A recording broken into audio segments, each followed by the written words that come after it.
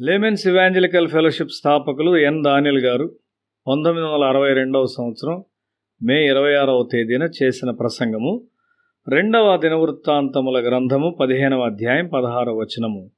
తన తల్లి అయిన మైక అసహ్యమైన ఒక దేవతా స్తంభము నిలిపినందున ఆమె ఇక పట్టపు దేవి అయి ఉండకుండా రాజైన ఆస ఆమెను త్రోసివేసి ఆమె నిలిపిన విగ్రహమును పడగొట్టి చిన్నాభిన్నము చేసి కిద్రోను వాగు దగ్గర దాన్ని కాల్చివేశను. ఒక ప్రవక్త ఆసా యొద్దకు వచ్చి అతన్ని హెచ్చరించాడు. నీవు ఆయనతో ఉన్నట్లయితే ప్రభువు నీతో ఉండును, నీవు ఆయన్ను వెదికినట్లయితే ఆయన కనబడును, అయితే నీవు ఆయన్ని విడిచిపెట్టినట్లయితే ఆయన నిన్ను విడిచిపెట్టును. ఒక విధముగా దేవుడు ఎల్లప్పుడూ మనతో ఉంటాడు, కానీ మనం ఆయనతో ఉన్నట్లయితే ఆయన సన్నిధి ఎక్కువ తెలియబడును. ఒక బిడ్డ తల్లితో ఉన్నట్లయితే ఆ బిడ్డ అవసరతకు తగినట్లుగా తల్లి స్వేచ్ఛగా సహాయం చేయగలదు. అంతా సాఫీగా జరుగును. తన పరిపాలన ప్రారంభంలో ఆస చాలా జయకరంగా ఉన్నాడు. తన తల్లి రాణిగా ఉండుట నుండి ఆమెను తొలగించి ఆమె ఏర్పాటు చేసిన విగ్రహమును నాశనం చేశాడు. సంవత్సరాలు జరుగుచుండగా అతడు ప్రభువు నుండి దూరమై తన సొంత తలంపుల ప్రకారం చేశాడు. చివరిగా సిరియా రాజైన బెన్హదదు మీద ఆధారపడే స్థితికి వచ్చాడు. దేవుని పట్ల మన వైఖరి ఎప్పుడు మారునో మనకు తెలియదు. మన హృదయము చాలా మోసకరమైంది, కాబట్టి మనం చాలా జాగ్రత్తగా ఉండాలి. అకస్మాత్తుగా మన హృదయము దేవునిపై విశ్వాసము నుండి మనిషిపై విశ్వాసముంచు స్థితికి జారుట ప్రారంభమవుతుంది. అది దేవునికి ఒక గొప్ప అవమానం. అది ఆయన్ను బహుగా బాధిస్తుంది కూడా. ఏ మనుష్యుడు దేవుని స్థానమును తీసుకొనకూడదు.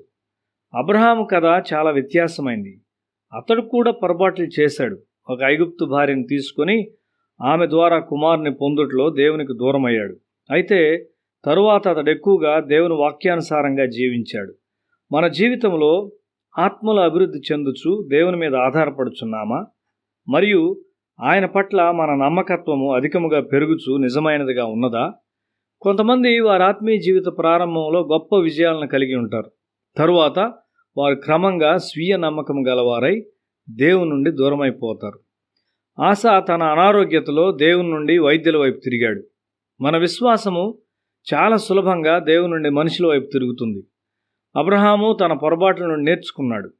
వయసులో పెద్దవాడగుచుండగా అబ్రహాం ఎక్కువగా దేవుని మీద ఆధారపడినాడు. చివరిగా తన ఒకే ఒక కుమారుడైన వాగ్దాన కుమారుని బలియాగంగా ఇచ్చు ఆత్మీయ ఉన్నత స్థితికి చేరాడు. ఆ విషయంలో అతడు దేవుడు కోరిన విధముగా స్పష్టముగా విధేయుడయ్యాడు. తన ఏకైక కుమారుని మనందరి కొరకు సిలువుపై సమర్పించిన దేవుని కార్యమునకు సూచనగా అతడు తన కుమారుని సమర్పించాడు. ఒక బలహీనమైన విశ్వాసంతో ప్రారంభించిన అబ్రహాము చివరికి విశ్వాసములో బలముగా వృద్ధి చెందాడు. అతని భార్య కూడా సహకరించడం ద్వారా విశ్వాసములో వృద్ధి చెందినది. మన విశ్వాసమును దేవుని నుండి మనిషిని వైపు త్రిప్పుట చాలా సులభం. దేవుని మీద మన ఆధారం కొనసాగుచూ వృద్ధి చెందినట్లు మనం చూసుకోవాలి. మరియు ఆయన పట్ల మన విశ్వాసంపై స్వీయ తృప్తి గలవారముగా మనము తయారవ్వకూడదు. పరిపూర్ణతలోనికి మనము వృద్ధి చెందుచూ ఉండాలి.